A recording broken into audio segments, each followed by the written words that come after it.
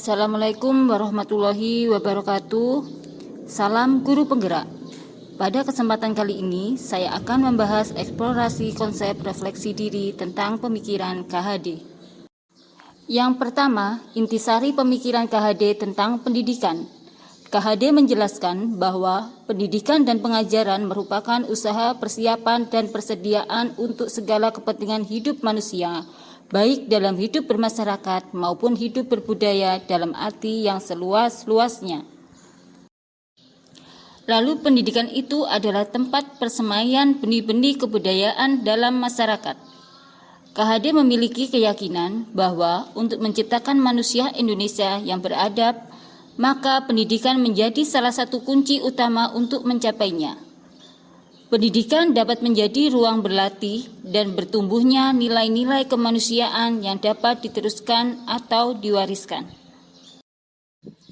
Adapun tujuan pendidikan menuntun segala kodrat yang ada pada anak-anak, agar mereka dapat mencapai keselamatan dan kebahagiaan yang setinggi-tingginya, baik sebagai manusia maupun sebagai anggota masyarakat.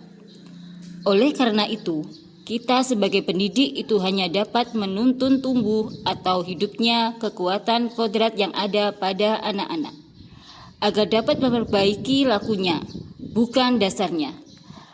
Hidup dan tumbuhnya kekuatan kodrat anak. Nah, pada kesempatan kali ini, saya akan menjelaskan KHD mengibaratkan peran pendidik seperti seorang petani atau tukang kebun, di mana anak-anak ini seperti biji tumbuhan yang disemai dan ditanami di lahan yang telah disediakan.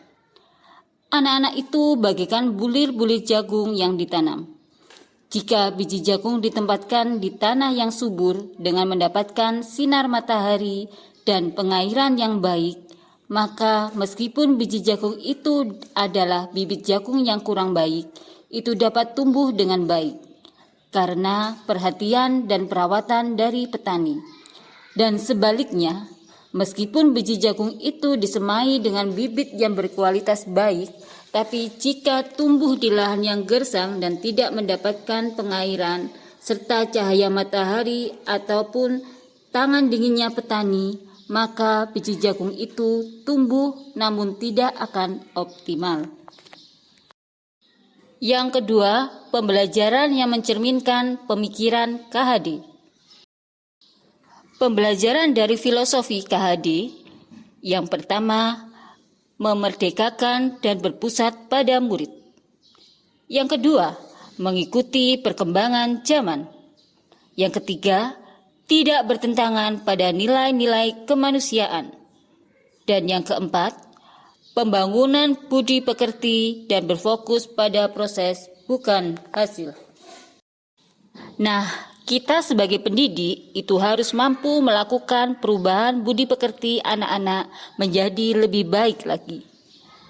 Menurut KHD, budi pekerti itu diartikan sebagai perpaduan antara cipta atau kognitif, karsa atau afektif, sehingga menciptakan karya atau psikomotor.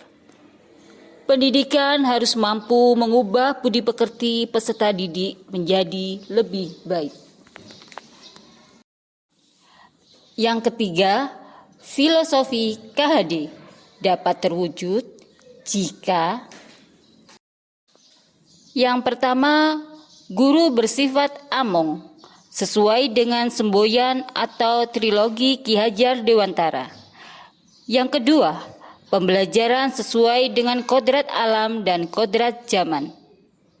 Dan yang terakhir, kemerdekaan dapat memilih metode pembelajaran dan evaluasi yang berpusat atau berpihak pada murid.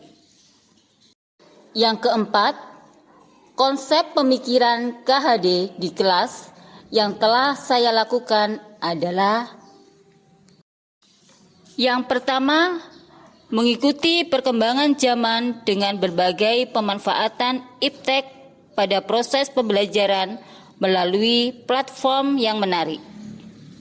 Dan yang kedua, sistem Among dengan memberikan kebebasan kepada peserta didik menemukan sumber belajar seluas-luasnya untuk menemukan pengetahuan baru baik secara individu maupun per kelompok. Nah, itulah dia Bapak Ibu, refleksi diri saya tentang pemikiran Ki Hajar Dewantara. Semoga kita semua menjadi guru yang dapat memerdekakan siswa kita. Salam guru penggerak. Wassalamualaikum warahmatullahi wabarakatuh.